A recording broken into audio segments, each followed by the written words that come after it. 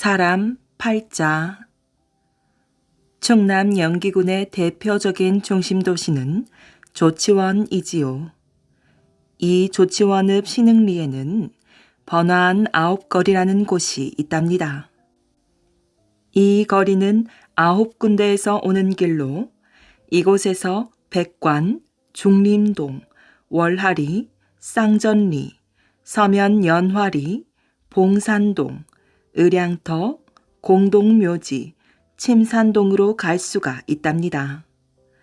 옛날부터 이 9거리에는 큰 주막이 하나 있었지요. 전국의 장사꾼들과 과거를 보기 위해 한양으로 가는 선비들이 모여들어 항상 북적거리는 이 주막에는 옛날부터 전해 내려오는 유명한 전설이 하나 있답니다. 어느 날인가 떠돌이 놀이패들이 주막 한쪽에 자리를 잡고 재주를 부리기 시작하였어요. 요란하고 신명나는 농악놀이에 사람들이 모여들기 시작했고 웬 가마 한 채가 도착하였지요. 가마꾼들은 가마를 내려놓고 구경꾼들이 모인 곳을 기웃거렸어요. 이때 다른 쪽에서도 똑같은 가마가 와서 먼저 온 가마 옆에 내려놓고 그들도 역시 사람들이 모여있는 곳을 비집고 안으로 들어갔답니다. 어린 소녀가 색동 저고리를 입고 부채를 가지고 밧줄 위에서 신기하게 춤을 추었어요. 얼마 지나지 않아 소녀의 재주 부리기가 끝나고 이어 젊은 줄꾼이 줄에 올라가서 요술쟁이처럼 앉았다 섰다 하며 재주를 부렸답니다. 가마꾼들이 시간 가는 줄 모르고 공연에 쏙 빠져 있다가 정신을 차려보니 해가 기울어져 있었지요.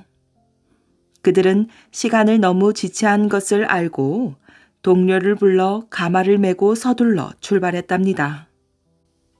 놀이패의 제주가 끝나기도 전에 출발하는 그들은 아쉬움을 남기고 떠나지 않을 수 없었지요. 게다가 가마에 표시가 되어 있는 것도 아니고 나란히 놓인 가마가 바뀌었다는 생각조차 하지 않고 가마꾼들은 길을 재촉했어요. 그런데 먼저 출발한 가마는 공주에서 청주로 가는 가마였지요.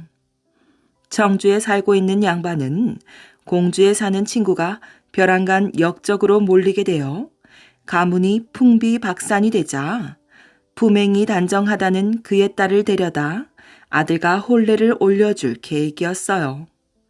그래서 어제 심야에 공주에서 출발하여 점심때쯤 9거리에 당도한 것이지요.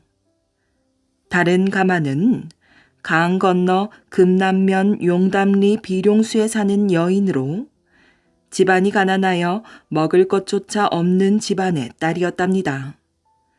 그래도 얌전하게 길러 전위에 사는 박부잣집 아들과 혼례를 치르려고 가는 길이었지요. 박부잣집은 부자이긴 하나 아들이 좀 모자라 중매가 들어오지 않자 가난한 집 딸을 데려오기 위해 농부에게 농가 밭을 주고 데려오는 것이었어요. 그래서 두 여인은 지금 혼례식을 올리려고 가는 중이었지요. 그런데 똑같은 가마가 9거리에서 나란히 있다가 가마가 바뀌었다는 것을 모르고 떠난 것이에요. 먼저 도착한 곳은 가까운 전위에 사는 박씨 부잣집이었어요. 박 부자는 시골에 사는 농부의 딸이니 분명 차림새가 형편없을 것이라고 생각하였어요. 그래서 목욕물과 새 옷을 준비해 놓고 하녀를 시켜 가마를 조심스럽게 열고 여인을 나오라고 하였지요. 그런데 가마에서 나온 여인은 옷이 깨끗하고 몸치장도 단정하고 아름답게 차리고 있었답니다. 그래서 박 부자는 아무리 가난한 집이라고 해도 시집 보내는 딸이니 미리 목욕을 시키고 깨끗한 옷을 입혀서 보낸 줄로 생각하고 안방으로 모셨지요.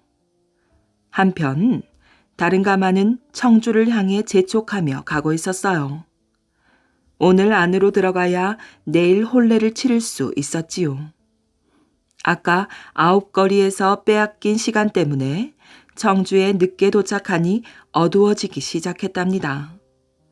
주인은 가마꾼들에게 수고했다고 말하며 아무에게도 말하면 안 된다고 다시 한번 주의를 주었답니다. 주인은 하인들에게 피곤할 테니 가서 쉬라며 술값으로 돈꾸러미 한 뭉치를 주었지요. 그리고 하녀를 시켜 가마에서 내린 친구의 딸을 준비한 방으로 모시게 하였답니다.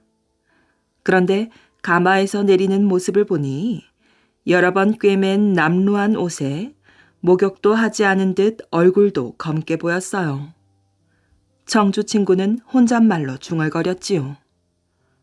이 친구가 역적의 누명을 쓰더니만 딸에게 남루한 옷을 입혀 변장을 시켜 보냈구먼.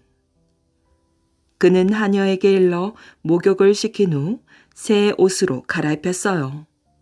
그리고 다음날 사람들이 모인 가운데 성대하게 혼례식을 올렸답니다. 그 뒤 세월이 많이 흘렀지요. 다행히 역적으로 몰렸던 공주 친구가 누명을 벗게 되었답니다. 그래서 흩어졌던 가족들이 더 이상 숨어 살 필요가 없게 되자 청주에 사는 친구는 사돈집의 소식을 듣고 너무 기쁜 나머지 며느리에게 말하였어요. 아가, 이제는 친정집에 다녀와도 좋다. 너의 친정은 역적의 누명이 벗겨졌단다. 얼마나 기쁘겠느냐. 그런데 며느리는 무슨 말인지 알아듣지 못하는 것 같았답니다. 며느리는 시아버지의 말에 아무 대꾸도 하지 않고 무슨 영문인지 모르는 듯 어리둥절한 표정을 짓고 있었지요. 역적으로 몰려 마음고생이 얼마나 심했으면 대답까지 못하는구나. 그는 며느리를 가마에 태워 하인들을 시켜 친정집에 다녀오라며 보내었답니다. 그때쯤이었어요. 전이에서도 혼례를 마치고 나니 어리석고 부족한 신랑과 신혼을 보내고 있는 새 아기는 매일 눈물로 세월을 보냈답니다. 그 사실을 알고 박 부자는 며느리가 친정집에 한번 다녀오면 괜찮아지겠지 하는 생각을 하였어요. 그래서 하인을 시켜 비룡수 친정에 다녀오라고 하였답니다. 그런데 가마를 타고 간 새댁은 깜짝 놀랐어요. 자신의 집은 공주에서 제일 가는 큰 부잣집이었지요. 한때 역적으로 몰려 집안이 풍비박산 되기는 했지만 친정이라 해서 찾아간 곳이 비룡수에 다 쓰러져가는 어느 농부집이니 기가 막혔지요. 비룡수 농부의 딸 또한 깜짝 놀랐답니다. 친정집이라고 간 곳이 처음 와보는 큰 마을에 으리으리한 고래등 같은 기와집이었기 때문이에요. 뒤늦게 가마가 바뀐 사실을 알고 양쪽에서는 어떻게 수습해야 할지 난감했지요. 이런 일은 복잡한 아홉거리에서 생긴 일이랍니다. 이곳 아홉거리에서 이런 일이 일어났을 정도로 영기군 조치원은 지금도 복잡한 교통의 중심지랍니다. 한 푼을 위하여 두 푼을 들인 사람. 정홍수는 영조 때 호조 판소를 지낸 사람입니다. 영조의 효성이 지극하여 육상궁을 창건하게 되었는데 정홍순이 당시 호조 판서로 있었기 때문에 임금이 그에게 명령을 내렸지요. 건축할 때 궁문의 궤도는 한결같이 종묘와 같게 하라. 그런데 정홍순이 육상궁의 궁문터를 깎아내려 평평하게 하여 문을 세웠답니다. 그러자 지세가 낮고 우묵하여 문이 다소 초라하게 보였지요. 공사가 모두 끝난 뒤에 영조께서 그곳에 행차하였는데 궁문의 모양이 너무 낮게 보여 종묘의 문과 같지 않음을 보고 급히 정홍순을 불러 물었지요. 국문 모양이 종묘의 문과 비교하여 매우 낮은데 경이 어떻게 감히 나의 뜻을 거역하였는가?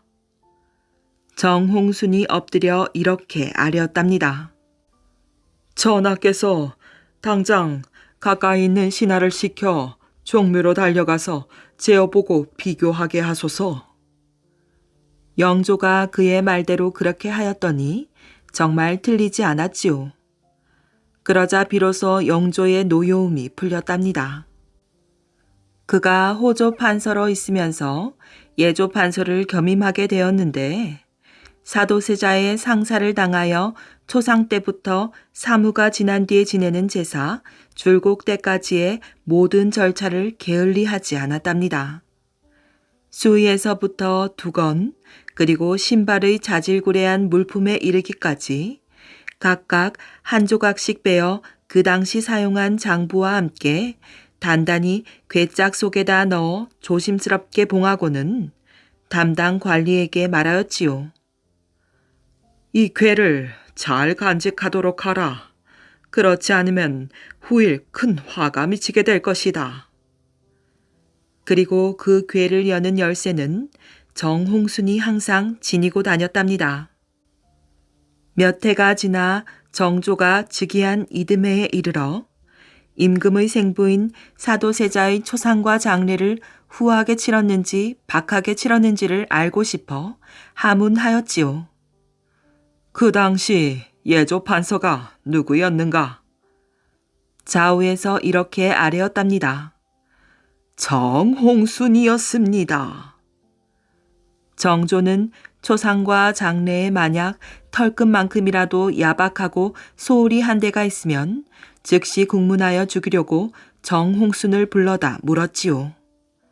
그러자 정홍순이 그 자리에서 담당 관리에게 분부하여 깊이 숨겨두었던 그 괴짝을 대궐들로 가져오게 하여 차고 있던 열쇠로 괴를 열어 임금 앞에 보였답니다.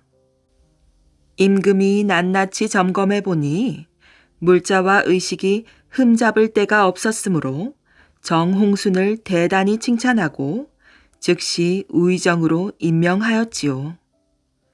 정홍순에게 못쓰게 된 돈 한 푼이 있었는데 주저하는 사람을 시켜 그것을 녹여 다시 만들게 하니 그 싹이 2푼이 되었답니다. 어떤 사람이 그에게 물었지요. 어리석습니다. 2푼을 들여 1푼을 얻었으니 오히려 1푼이 손해 아닙니까? 그런데 대감께서는 왜 그렇게 하셨습니까? 그가 대답하였어요. 하하, 나는 1푼을 손해보았지만 나라로서는 1푼을 덕보게 되었으니 국록을 먹는 자로서 나라의 보탬이 되는 일을 게을리 하겠는가? 이 말을 전해 듣고 사람들이 그의 넓은 도량에 탐복하였지요. 정홍순에게는 홍기가 찬 딸이 있었답니다. 시집을 보내게 되어 그 비용을 부인에게 물었지요. 대략 혼례 비용이 얼마면 되겠소? 아무리 알뜰하게 치른다 해도 800냥은 필요합니다. 이어서 또 물었답니다. 잔치 비용은 얼마나 들겠소? 400냥은 들 것입니다. 정홍순이 말하였어요. 며칠 후에 장만해 주겠소. 그 며칠이 되었으나 표백이 장만되지 않아 정홍순이 말하였지요. 내가 벌써부터 장사꾼에게 부탁을 해놓았는데 장사꾼이 따라주지 않으니 정승의 지위에 있으면서 이 일을 가지고 어떻게 장사꾼을 재줄 수 있겠소? 차라리 그 전에 입던 옷을 세탁하고 입혀 시집을 보내야겠소. 네? 뭐라고요? 어이가 없어 부인은 할 말을 잃었지요. 그럭저럭 혼례일을 하루 앞두게 되었는데 잔치 비용도 준비되지 않자 정홍순이 또 이렇게 말하는 것이었어요. 장사꾼이 내가 청구한 것을 또 따라주지 않으니 도리어 서민들이 제 나름대로 물건을 사고 팔고 하는 것만 못하구려. 그러니 술과 안주를 조금만 준비하는 것이 낫겠소. 다른 방법이 없어서 부인도 어쩔 수 없이 그대로 따랐답니다. 그의 사위는 명문재상의 자제였는데 장인의 고집이 세고 인색함을 이상하게 여기다가 어느 날 아침에 장인을 찾아 뵈었지요. 그런데 마침 비가 주룩주룩 내리자 정홍순이 사위에게 삿갓과 남학신을 주면서 이렇게 말하였어요. 자네는 자네 집으로 가서 밥을 먹게나. 우리 집에는 자네를 위해 준비한 밥이 없다네. 자네 집에는 이미 지어놓은 밥이 있을 터이니 지어놓은 밥을 놔두고 아직 준비도 되지 않은 밥을 기다릴 필요는 없네. 사위는 그 길로 원망하며 돌아가 다시는 처가로 발걸음을 하지 않았답니다. 몇 해가 지난 뒤에 정홍순이 그 사위를 불렀지만 오지 않으므로 마침내 사돈에게 편지를 보내고서야 찾아온 사위와 딸을 맞이할 수 있었답니다. 인사를 마치고 사위와 딸을 집 뒤편의 깊숙한 정원으로 데리고 갔는데 그곳에 아담한 집 한 채가 있고 방이며 창문이 말끔하고 가재 도구들이 모두 갖추어져 있었지요. 정홍순이 그 딸에게 말하였어요. 지난 날 너를 시집 보낼 때에 혼수 비용을 너의 어머니에게 물었더니 1,200냥이 든다고 대답하였다. 어떻게 이 큰 돈을 잔치 비용으로 내버리면서 남의 이목을 위해 꾸밀 수 있겠는가? 그래서 내가 그 돈으로 해마다 이자를 늘려 이 집을 짓게 하고 또 시골에다가 전지를 사두었다. 해마다 상당한 수확을 할 수 있을 것이고 일생 동안 굶주리는 일은 없을 것이다. 그리고 너희는 이곳에서 살도록 하여라. 딸과 사위는 생각지 못했던 정홍순의 깊은 배려에 고개를 숙일 수밖에 없었답니다. 정홍순이 호조 판소로 일하던 10년 동안 국가의 재산에 대해서는 아주 작은 것까지 반드시 몸소 살펴보고 챙겨서 국고를 채워 놓았지요. 그러다가 정승이 되어 자기 집을 수리하면서 수리공들과 노임을 다투니 그의 자제들이 민망하게 여겨 여쭈었답니다. 아버지께서 정승의 지위에 계시면서 미천한 수리공들과 노임을 가지고 다투시니 체면이 손상되지 않겠습니까? 그가 대답하였어요. 그렇지가 않다. 한 나라의 정승으로서 모범이 되어야 한다. 내가 노임을 올려주게 되면 그것이 나라의 기준이 되어버린다. 그러면 나라의 다른 일이나 백성들이 일을 시킬 때 노임이 올라 그만큼 서민들이 고통을 당하게 되지 않겠느냐. 나 한 사람이 구두쇠라는 소리를 듣고 인심을 잃는 것은 아무것도 아니다. 소금장수, 지게, 작대기. 옛날 어느 마을에 소금장수가 살고 있었어요. 하루는 소금을 한 짐 잔뜩 지고 길을 걷는데 갑자기 길가 무덤이 들썩들썩 하는 것이었어요. 저게 웬 조화 속인가 싶어 몸을 숨기고 가만히 훔쳐보았어요. 그랬더니 꼬리가 하얗게 센 여우 한 마리가 무덤에서 나와 제주를 꼴딱꼴딱 3번 넘더니 호호백발 할머니로 등갑해서 산고개를 넘어가는 것이었지요.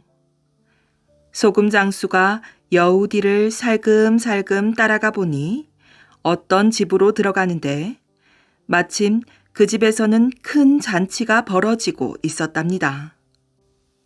잔치집에서는 여우가 들어온 줄도 모르고 할머니가 오셨다고 큰 상을 차려 대접했지요. 소금 장수가 뛰어들어 지게 짝대기로 할머니 머리를 내려치니 그 자리에서 꼬리가 하얗게 센 여우가 죽어 넘어지거든요.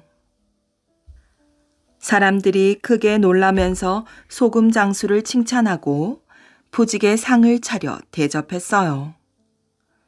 이것을 보고 있던 한 욕심쟁이가 가만히 생각하기를 저 소금 장수의 지게 짝대기만 있으면 자기도 잔치집에서 칭찬도 듣고 대접도 크게 받겠다 싶었지요. 그래서 많은 돈을 주고 소금 장수의 지게 짝대기를 샀답니다. 그러고는 이웃 마을 잔치집에 가보니 마당 한 구석에 호호 백발 할머니가 앉아 음식을 먹고 있거든요. 옳지 됐다. 내 저놈의 여우를 때려잡아 칭찬도 듣고 대접도 받으리라 하고는 지게 짝대기로 할머니 머리를 힘껏 내리쳤어요. 그런데 그 할머니는 여우가 아니라 사람이었지요. 할머니는 그 자리에서 쓰러졌어요. 이를 본 사람들이 우르르 몰려들어 욕심쟁이를 마구 때렸고 실컷 매를 두들겨 맞은 욕심쟁이는 관가에 끌려가게 되었답니다. 두 청년의 맹세. 가실사로 가는 길은 제법 멀었답니다. 젊고 혈기왕성한 두 청년 귀산과 취향은 서로 이런저런 한담을 나누며 발길을 재촉하였지요. 귀산은 문 장군의 아들로서 그 의기가 출중했으며 취향 또한 그의 못지않은 기상과 사나이로서의 늠름함을 두루 갖추고 있었어요. 오늘 귀산과 취향이 가실사를 찾아가는 것은 원광 법사를 만나기 위함이었지요. 수나라에서 불법을 공부하고 신라에 돌아온 원광 법사는 이미 당대의 유명한 스님으로 사람들의 추앙을 한몸에 받고 있었답니다. 서로 절친한 친구 사이인 두 청년이 원광 법사를 만나러 가게 된 것은 며칠 전에 귀산이 한 말 때문이었어요. 여복의 취향, 우리의 몸은 비록 속세에 살고 있다 하나 그 정신은 거울처럼 맑고 깨끗해야 한다고 생각하네. 듣자니 가실사에 있는 원광 법사의 덕망이 뛰어나다고 하니 한번 찾아뵙고 그 가르침을 듣는 게 어떻겠는가? 귀산의 말을 들은 취향은 그 말이 일리가 있다는 생각이 들어 나를 잡아 이렇게 길을 나서게 되었답니다. 가실사에 도착한 귀산과 취향은 부처님께 예불을 드리고 원광 법사 앞에 공손히 무릎을 꿇고 앉았답니다. 원광 법사가 무슨 일이냐는 듯 넌지시 눈길을 건네자 귀산이 조심스럽게 먼저 입을 열었지요. 저희가 비록 세상에서 속인의 몸으로 살아가지만 마음을 깨끗이 하고 정대하게 한다면 부처님의 가르침에서 크게 벗어나지 않을 것으로 사료됩니다. 그러니 부디 법사께서는 저희가 속세에서도 그 마음을 잃지 않고 살아갈 수 있도록 참된 진리의 말씀을 들려주십시오. 저희가 법사님을 찾아온 것은 바로 그 말씀을 듣기 위함입니다. 귀산의 말을 들은 원광 법사의 얼굴에 대견한 표정이 역력하게 드러났답니다. 너희의 뜻이 갸륵하기 이를 데 없구나. 그러나 속인으로는 지키기 어려운 것이 한둘이 아닐 터인데. 원광 법사의 말에 취향이 나섰답니다. 비록 지키기 힘들다 할지라도 끝까지 지키려고 애쓰는 그 마음만은 소중히 간직하겠습니다. 원광 법사는 두 청년의 눈을 고요히 바라보더니 말을 이었어요. 그렇다면 들어라.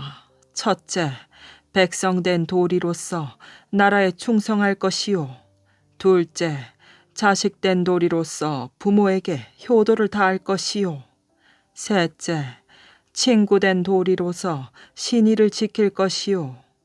넷째, 싸움에 임해서는 물러서선 안 될 것이요. 다섯째, 짐승을 죽이되 가려서 죽이라는 것이다. 너희가 능히 이 5계명만을 지킨다면 속인으로서도 그 마음 바탕은 잃지 않을 수 있으리. 원강 법사의 말을 들은 귀산과 치항은 기쁜 마음으로 법사 앞에 큰 절을 올리고 가실사를 나섰답니다. 집으로 돌아오며 두 청년은 원강 법사가 가르쳐준 5계명을 죽을 때까지 지키기로 굳게 맹세하였지요. 그로부터 몇 년 후 진평왕 19년 가을 백제군이 신라에 쳐들어왔답니다. 진평왕은 여러 장군들에게 군사를 주어 전지로 급파하였는데 그 가운데는 귀산의 아버지인 무은 장군도 있었지요. 군사들 중에는 아버지를 따라 나선 귀산과 나라를 구하겠다는 일념으로 그 대열에 합류한 취항도 있었답니다. 신라군은 백제군을 맞아 말 그대로 죽기를 각오하고 싸웠지요. 두 나라의 군사는 조금의 양보도 없이 치열한 접전을 벌였어요. 시간이 점차 흐를수록 전쟁의 대세는 조금씩 신라군에게로 넘어오는 것 같았답니다. 기세가 밀려 후퇴하는 백제군의 뒤를 신라군은 때를 늦추지 않고 쫓았어요. 그러나 그렇게 앞으로만 치달은 것이 문제였지요. 신라군이 천산 땅에 도착하였을 때 미리 산속에 매복하고 있던 백제군의 기습 공격을 받게 되었답니다. 신라군의 대열은 일시에 흐트러지고 군사들은 갈피를 잡지 못해 이리저리 몰려다니기에 경황이 없었어요. 백제군은 사정없이 신라군의 목을 칼로 내리치고 창으로 찔렀답니다. 그런 와중에 귀산의 아버지인 무은 장군이 말에서 떨어지고 말았어요. 백제군에 둘러싸인 무은 장군의 목숨은 바람 앞의 등불처럼 위태로웠지요. 일촉즉발의 위기 상황이었어요. 멀리서 이 광경을 목도한 귀산은 말을 돌려 아버지 무은 장군에게로 달려가며 큰 소리로 외쳤답니다. 나는 세속을 살아가며 마음을 깨끗이 하고 정대하게 하는 가르침을 받기를, 나라에 충성하는 것이 첫째요, 부모님께 효도하는 것이 둘째라고 들었다. 귀산의 말이 채 끝나기도 전에 힘찬 말발굽 소리와 함께 또 다른 목소리가 쩌렁쩌렁 울렸답니다. 친구와의 신의를 저버리지 않는 것이 그 셋째요. 싸움에 임해서는 절대 물러서지 않는 것이 넷째라고 배웠다. 귀사는 그 목소리가 친구 취향의 음성임을 알았답니다. 둘은 적지를 뚫고 들어가 무은 장군을 구하기 위해 사력을 다하였어요. 그 모습을 본 신라군들은 크게 함성을 지르며 귀산과 취향의 뒤를 따랐답니다. 백제군들은 사기 충전한 신라군의 기세에 눌려 다시 후퇴하기 시작하였어요. 귀산이 아버지 무은 장군을 무사히 자신의 말에 태워 아군 진영으로 보내고 치황과 함께 수많은 백제군들의 목을 베었을 때 싸움은 천천히 끝나가고 있었고 승리의 신은 신라군의 손을 들어주었답니다. 한바탕 피바람이 몰아친 천산 땅은 천지간에 피비린내가 진동하였어요. 사방에는 널브러진 시체들과 부상을 입은 군사들로 발 디딜 틈이 없었고 그 광경은 참혹하기 이를 데 없었답니다. 그 가운데 신라의 두 청년은 드러누워 있었어요. 아니, 쓰러져 있었지요.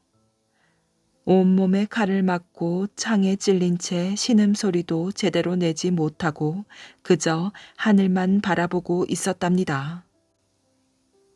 귀산이 취향을 쳐다보며 한벗 싱긋 웃기라도 했던가.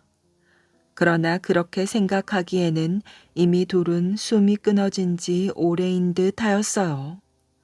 다만 둘 다 입가에 희미한 미소를 머금고 있을 뿐이었지요. 그 미소 때문이었을까. 둘의 얼굴 표정은 속세를 벗어나 해탈의 경지에 이른 듯 평온하고 행복해 보였으며 상처투성이의 몸에 흐른 붉은 선혈은 마치 연꽃처럼 온몸을 감싸안고 있는 듯 보였답니다. 도둑에게 속은 당나귀 주인. 도둑 두 사람이 시골길을 어슬렁거리고 있었답니다. 그때 맞은편 길에서 농부 한 사람이 천천히 걸어왔어요. 농부는 당나귀를 몰고 오는데 고삐를 쥔 채 꾸벅꾸벅 졸고 있었지요. 도둑 가운데 한 사람이 농부를 가리키며 말하였어요. 저 아저씨 좀 봐. 아주 멍청해 보이지? 내가 당나귀를 훔칠 테니 두고 봐. 정말? 이 벌건 대낮에 어떻게 당나귀를 훔친다는 거야? 나한테 다 생각이 있어. 너는 잠자코 보고만 있으라고. 도둑은 농부한테 다가가더니 당나귀 옆에 붙어 섰어요. 그리고는 당나귀 목에 감긴 줄을 풀어 자기 목에 묶었답니다. 도둑은 당나귀를 동료에게 넘겨주며 숲속에 숨어 있으라고 손짓하였지요. 동료가 당나귀를 몰고 숲속으로 사라지자 도둑은 농부를 따라 걷다가 걸음을 멈추었어요. 농부는 잠결에 고삐를 힘껏 잡아당겼지요. 그래도 당나귀가 꼼짝 않자 눈을 번쩍 뜨며 이렇게 소리쳤어요. 이 녀석아, 왜 안 가는 거야? 매를 맞아야 정신 차리겠니? 농부는 당나귀를 향해 고개를 돌렸다가 화들짝 놀랐답니다. 당나귀는 어디론가 사라지고 사람이 대신 묶여있기 때문이었지요. 아니, 당신은 누구요? 저는 당나귀인데요. 그런데 어떻게 사람이... 제가 자세히 말씀드릴게요. 저는 몇 년 전만 해도 어엿한 사람이었어요. 하지만 워낙 게으르고 일하기 싫어하는 데다가 손버릇까지 나빠 남의 물건을 훔쳤거든요. 어머니는 이 사실을 알고 화가 나서 저를 당나귀로 변하게 했어요. 몇 년 동안 죽어라 일만 하라고요. 제 어머니는 마법을 부릴 줄 아는데 오늘 아침 마법이 풀려 사람으로 돌아왔답니다. 농부는 도둑의 말을 그대로 믿었어요. 그동안 고생만 시켜 미안하다며 도둑에게 돈까지 주었지요. 농부와 헤어진 도둑은 동료와 함께 당나귀를 끌고 시장으로 갔답니다. 그리고는 당나귀를 팔아치운 뒤 주랭랑을 놓았어요. 한편 농부는 며칠 뒤 당나귀를 사려고 시장으로 갔답니다. 시장에는 여러 당나귀들이 새 주인을 기다리고 있었어요. 농부는 당나귀를 고르다가 눈이 등잔만 해졌지요. 낯익은 당나귀를 발견했기 때문이었어요. 너는 사람으로 돌아왔던 당나귀로구나. 어쩌다가 다시 당나귀가 되었느냐? 오라, 또 도둑질을 해서 어머니를 화나게 했구나. 너는 언제 그 못된 버릇을 버릴래? 당나귀는 주인의 얼굴을 알아보았어요. 다시 만난 것이 기뻐 이를 드러내며 웃었답니다. 이 녀석 봐라. 내 말을 다 알아듣네. 네가 나를 반긴다고 해서 또 너를 살 줄 알고. 어림없다. 너같이 못된 녀석은 독한 주인을 만나 호된 고통을 겪어야 해. 농부는 당나귀를 야단치고는 다른 당나귀를 샀답니다. 자신을 귀신이라 속인 남자. 남양군에 사는 송정백이라는 남자가 젊은 시절에 겪은 일이랍니다. 하루는 송정백이 밤길을 가다가 앞서 걸어가는 사람을 보았어요. 누구지? 우리 고을 사람인가? 심심하던 차에 잘 되었어. 길동무를 만났으니 말이야. 송정백은 걸음을 빨리해 그에게 다가가서 물었답니다. 거기 가시는 분이 누구요? 그러자 그 사람은 걸음을 멈추고 뒤돌아 보았어요. 나 말이요? 귀신이요. 송정백은 이 대답을 듣고 머리끝이 쭈뼛쭈뼛하였어요. 뭐? 귀신이라고? 이럴 때일수록 정신을 바짝 차리자. 호랑이에게 물려가도 정신만 차리면 살 수 있다고 하잖아. 송정백은 떨리는 가슴을 가까스로 가라앉히고 태어난 척 귀신을 바라보았어요. 그러자 귀신은 송정백을 말끄러미 바라보더니 이렇게 되물었지요. 뒤따라 오시는 분은 누구요? 나 말이요? 나도 귀신이요. 송정백은 일부러 거짓말로 대답하였어요. 귀신은 반갑다는 듯 송정백과 나란히 걸으며 또 물었답니다. 어디 가시는 길이요? 완시에 가고 있어. 그래요? 나도 완시에 가는데. 송정백은 귀신과 이런저런 이야기를 하며 면리를 걸어갔어요. 귀신이 말하였지요. 당신은 무슨 걸음이 그리 느립니까? 나란히 걷다가는 완시에 닿기도 전에 날이 새겠소. 차라리 서로 업어주며 가는 게 어떻겠습니까? 그 대신 빠른 걸음으로 걷는 거요. 우리 귀신은 무겁지 않으니 그렇게 걸을 수 있을 거요. 그거 재미있겠네요. 그럽시다. 송정백이 먼저 귀신에게 엎였어요. 귀신은 송정백을 엎고 한참을 가고 나서 고개를 갸우뚱하였지요. 이상하네. 왜 이리 무겁지? 당신 귀신 맞아요? 송정백은 당황하지 않고 그럴듯하게 둘러대었어요. 하하, 그런 말을 할 줄 알았어. 내가 귀신이 된 지 얼마 되지 않아 몸이 좀 무거운 거요. 그렇게 심리쯤 가서 교대를 하였어요. 이번에는 귀신이 송정백에게 엎였답니다. 귀신은 전혀 무겁지 않았어요. 아무것도 없지 않고 맨몸으로 가는 것 같았답니다. 그렇게 몇 번 서로 업어주고 나서 송정백이 물었어요. 당신은 귀신이 된 지 오래되었지요? 어차피 나도 귀신으로서 앞으로 사람을 상대해야 하니 주의할 점이 있으면 가르쳐 주시오. 나는 귀신이 무서워하거나 피해야 할 것이 무엇인지도 모르거든요. 그러자 귀신이 친절하게 알려주었어요. 사람을 상대할 때는 침을 조심하시오. 사람이 침을 뱉으면 우리 귀신들은 겁에 질려 꼼짝 못한다오. 들길을 지나자 냇가가 나왔답니다. 당신이 먼저 냇물을 건너시오. 송정백의 말에 귀신이 먼저 냇물을 건넜어요. 그런데 신기하게도 첨벙첨벙 물소리가 들리지 않았답니다. 그 다음 송정백이 첨벙첨벙 물소리를 내며 냇물을 건넜어요.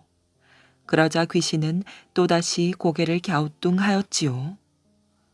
이상하네. 어째서 물소리가 나지? 당신 정말 귀신 맞습니까? 송정백은 이번에도 적당히 둘러대었어요. 아까 말했지 않았소. 내가 귀신이 된 지 얼마 안 되어 냇물을 건넜는데도 아직 서투르다오. 그러니 제발 내게 귀신 맞느냐는 말 좀 하지 마시오. 송정백은 완시에 거의 다다르자 갑자기 귀신을 번쩍 들어올려 자신의 어깨 위에 올려놓았어요.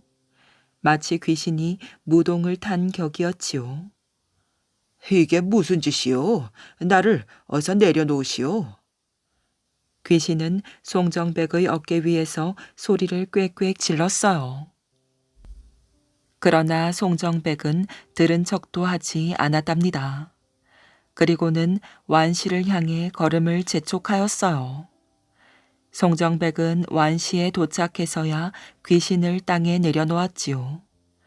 그러자 귀신은 갑자기 양으로 변해버렸어요. 귀신을 꼼짝 못하게 하려면 침을 뱉으라고 하였지.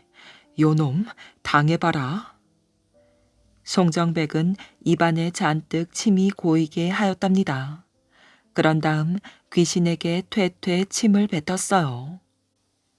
귀신은 겁에 질려 온몸을 사시나무 떨듯 하였지요.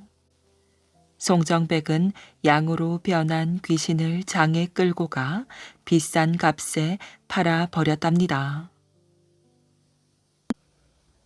개 흉내를 낸 돼지. 옛날 어느 마을에 할머니가 혼자 살고 있었답니다. 오순도순 같이 살 가족도 없고 살림도 간당간당 넉넉지 못했지만 할머니는 하루하루가 행복하였지요. 자식처럼 예뻐하는 개와 돼지가 있었거든요.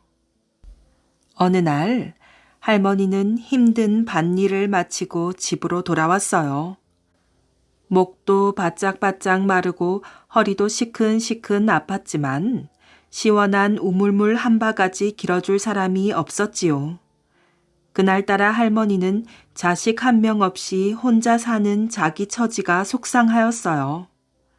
그때 개가 살랑살랑 할머니에게로 다가왔지요. 그러더니 혓바닥으로 할머니 손을 핥는 것이었어요. 그래, 그래. 귀여운 내 강아지.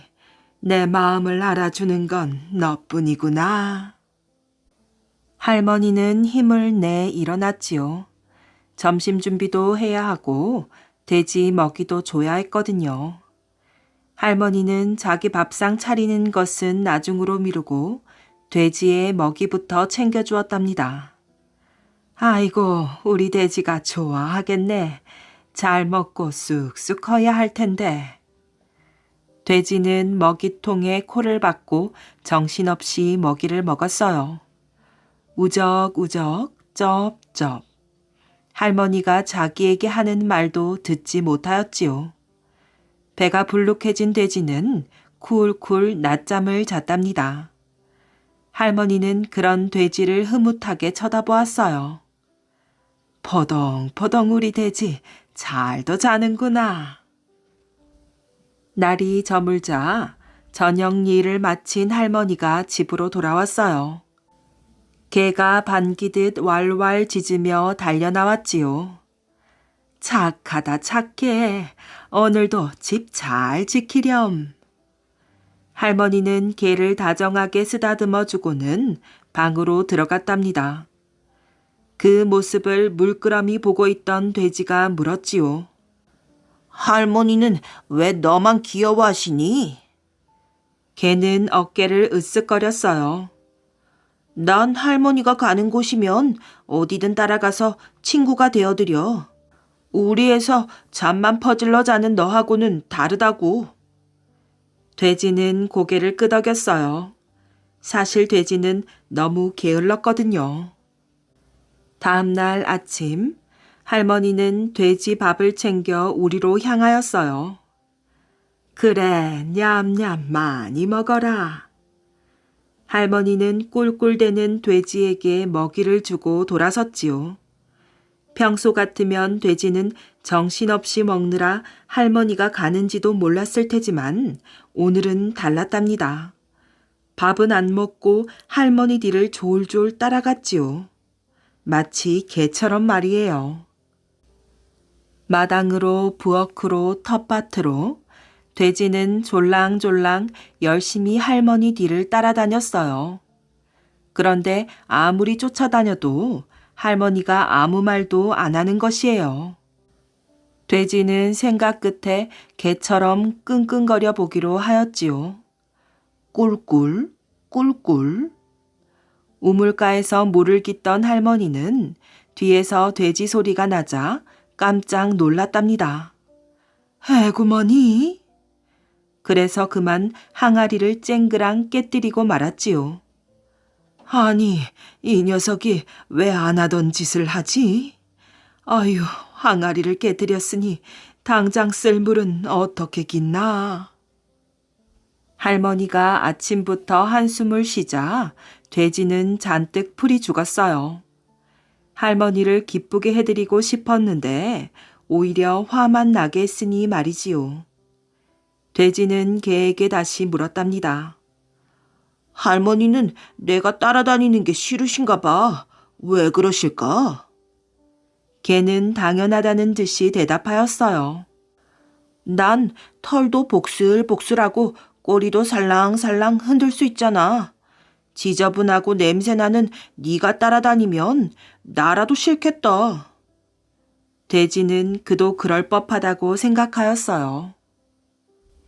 그날 밤 돼지는 진흙탕에 고인 물을 거울 삼아 몸 단장을 하였답니다. 쓱싹쓱싹 털을 다듬고 흙탕물로 푸푸 얼굴도 씻었지요.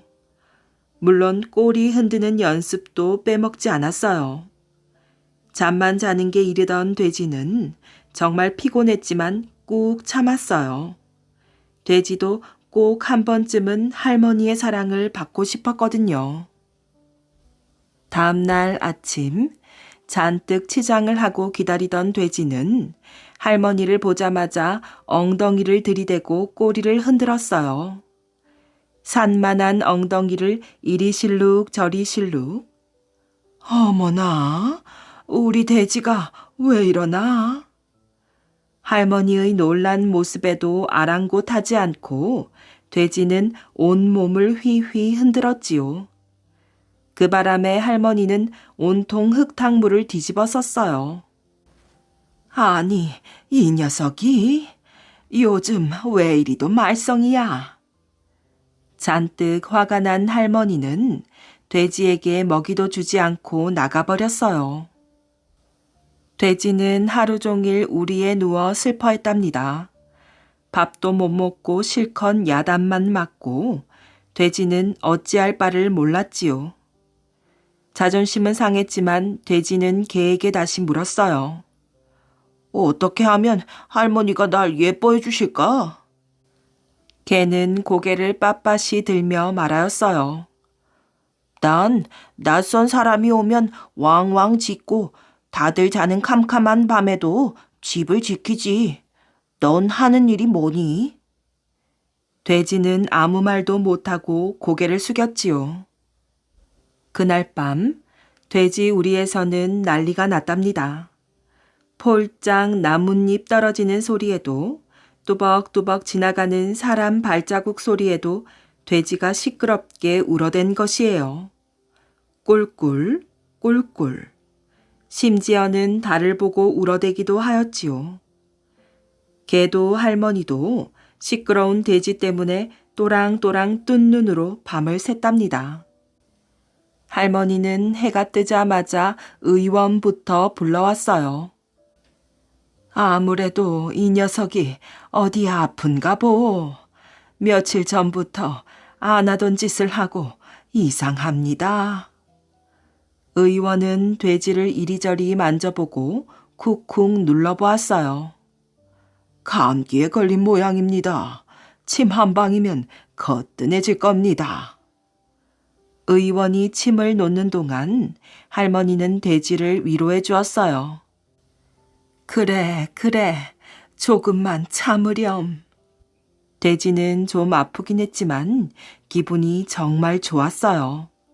할머니가 마침내 자기를 예뻐해 주었으니 말이지요. 그날 밤 돼지는 전날보다 더 크게 더 우렁찬 소리로 울어댔어요. 이렇게 하면 할머니에게 더 사랑을 받을 줄 알았지요. 온 마을 사람들이 전부 밤을 꼴딱 샐 정도였어요. 돼지는 자기의 모습이 너무 대견해 힘든 줄도 몰랐답니다. 할머니가 얼마나 화가 났는지도 몰랐고 말이지요. 이튿날 아침 한숨도 못 잔 할머니는 돼지에게 목줄을 메었어요.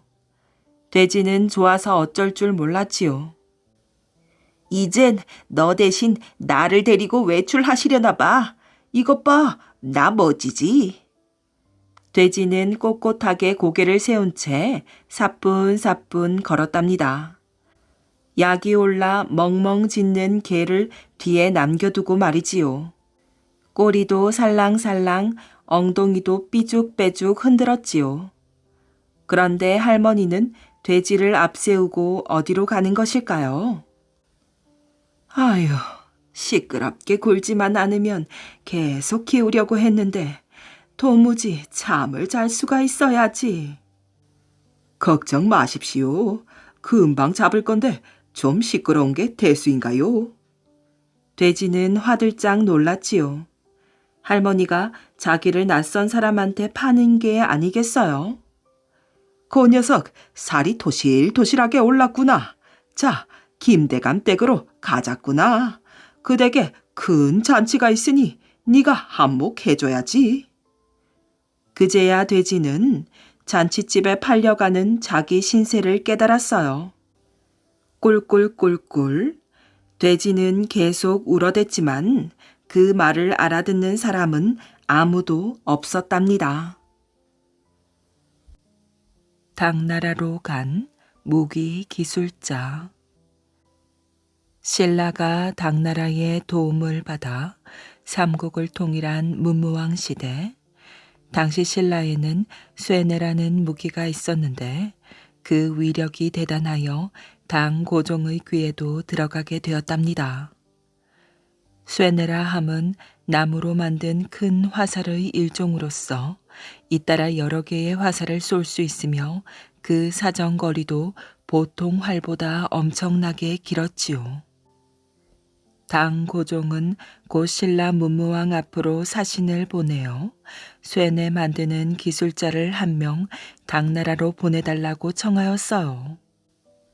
신라로서는 이미 당나라의 도움을 받은 터라 그 청을 거절할 수 없는 처지였으므로 쇠뇌 만드는 기술자 가운데 가장 뛰어난 구진천을 당나라에 보내게 되었답니다.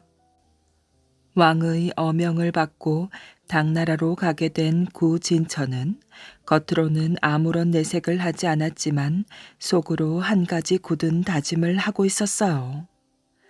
그것은 무슨 일이 있어도 당나라에서 쇠뇌를 만들어서도 안 되고 쇠뇌 만드는 기술을 전수해서도 안 된다는 것이었지요. 사신을 따라 당나라로 향하는 구진천은 무엇인가 아쉬운 듯 자주 고국 산천을 뒤돌아보았답니다. 그것은 어쩌면 영영 돌아오지 못할지도 모른다는 구진천 혼자만의 뼈아픈 심정에서였을 것이지요. 일행은 무사히 당나라에 도착했고 당고종은 구진천을 위해 훌륭한 연회를 베풀었어요. 당고종은 구진천이 지레 짐작한 바와 마찬가지로 쇠뇌 만드는 기술까지도 알아내고 싶은 속셈이었던 것이었어요. 연회가 끝난 다음 날부터 구진천은 본격적으로 쇠뇌 만드는 작업에 들어갔답니다. 당고종은 틈만 나면 신하들을 보내어 구진천이 작업하는 모습을 살피도록 했고 때로 세세히 기록하여 오라는 명령도 내렸지요. 그러나 구진천은 일부러 느릿느릿 작업의 공정을 이어나갔어요. 그러면서 중요한 작업은 사람들이 모두 잠든 밤중에 혼자 몰래 하였지요. 그렇게 하여 구진천은 나무 쇠뇌 하나를 완성했고 그 소식을 들은 당고종은 부랴부랴 군졸들로 하여금 그 쇠뇌를 시험하도록 명했답니다. 당고종을 비롯한 수많은 신하들과 쇠뇌를 직접 만든 구진천이 지켜보는 가운데 마침내 시위가 당겨졌어요. 그런데 시위를 떠난 활은 채 몇 미터를 가지 못하고 힘없이 바닥에 떨어졌답니다. 오히려 일반적인 활과 비교하더라도 그 거리가 그의 반도 미치지 못하였어요. 실망을 감추지 못한 당고종은 구진천을 불러 물었답니다. 아니, 어찌된 일이냐? 저것이 내가 소문으로 들은 천하제일의 병기 쇠뇌라는 말이냐? 구진천은 머리를 조아리며 이상하다는 투로 대답하였어요. 소신도 무슨 연유인지 모르겠사옵니다. 생각건대 아마도 나무에 문제가 있는 듯하옵니다. 당고종은 눈을 크게 뜨며 말하였어요. 그렇다면 신라의 제목을 가져다 쓰면 되겠느냐? 구진천은 다시 한번 머리를 조아리며 능청스럽게 대답하였지요. 소신의 생각도 그러하옵니다. 당고종은 구진천의 말을 철석같이 믿고 그 자리에서 신라에서 세뇌했을 제목을 운반해오도록 신하들에게 명하였지요. 구진천은 고국 신라에서 제목이 운반해져 오는 동안 날마다 술잔을 벗하며 지냈답니다. 해질 무렵 서편 하늘에 검붉은 노을이 물드는 것을 바라보노라면 온몸으로 그 노을빛과 같은 술기운이 거나하게 퍼지는 것을 느꼈지요. 그렇게 며칠이 지났답니다. 신라에서 운반되어 온 목재가 구진천의 작업장 가득 부려졌고 구진천은 그리운 고국 산천의 냄새라도 맡으려고 목재에 코를 갖다 대었어요. 목재는 이미 잘린 지 오래였지만 고향의 솔바람 소리까지도 들려줄 것처럼 향기로웠답니다. 구진천은 남들이 이상하게 보든 말든 오래 그러고 있었어요. 구진천은 그 목재로 다시 쇠뇌 하나를 완성했고 이에 당고종을 비롯한 많은 신하들이 쇠뇌의 위력을 보고자 모여들었지요. 호기심에 가득 찬 사람들의 시선을 붙잡으며 힘차게 쏘아진 쇠뇌의 화살은 먼저 번보다는 조금 멀리 나가긴 했으나 그 거리가 명성에 비해 너무도 미미하였어요. 당고종은 환한 얼굴로 구진천을 불렀답니다. 이번에는 무엇이 잘못되었느냐? 구진천은 얼굴빛 하나 변하지 않고 담담하게 말하였어요. 아마도 소신의 짧은 소견으로는 목재가 해풍을 너무 많이 쏘여 그런 것 같사옵니다. 당고종은 얼굴을 붉히며 말하였어요. 그렇다면 어찌하면 되겠느냐? 그 말에 구진천은 대답이 없었답니다. 다만 이미 모든 것을 각오한 듯 묵묵히 입술을 깨물었어요. 결연한 모습이었지요. 구진천의 행동에서 모든 것을 알아차린 당고종은 노발대발하며 스스로 분을 삼키지 못해 씩씩거렸답니다. 네가 감히 천자인 나를 우롱하다니 그러고도 너의 목숨이 성할 줄 알았느냐? 내 놈의 마음속에 어떤 꿍꿍이 속이 들었는지 모르지만 형틀에 묶여 사지가 찢어져도 그럴 수 있을지 내두고 보리라. 구진천은 군졸들에게 이끌려 옥에 갇혔고 날마다 심한 매질과 형벌이 가해졌어요. 그것은 사람으로서 참기 힘든 고통이었으나 그는 끝내 의연한 기세를 꺾지 않고 죽을 때까지 쇠뇌에 대해 그 어떤 말도 하지 않았답니다. 당나라로부터 고국 신라를 지킬 수 있는 유일한 무기라고 생각한 쇠뇌의 비밀을 가슴에 품고 구진천은 그렇게 이국 땅에서 목숨을 잃었어요. 그것은 나라를 위해서라면 자신의 목숨까지도 내놓을 수 있는 신라인의 고귀한 애국심이었고 자신의 소신을 굽히지 않는 충정의 표본이기도 했답니다.